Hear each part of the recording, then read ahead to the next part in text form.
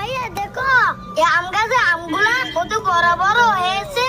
চলো আমরা এই আম গাছ থেকে আম চুরি করি। হ্যাঁ রাজু চল। রাজু তুই গাছের উপরে উঠে যা, গাছের উপরে উঠে আম নিয়ে আয়, আমি নিচে দাঁড়াই। আচ্ছা ভাই ঠিক আছে, তুমি আমাকে গাছের উপরে তুলে দাও। ঠিক আছে রাজু, উঠ উঠ।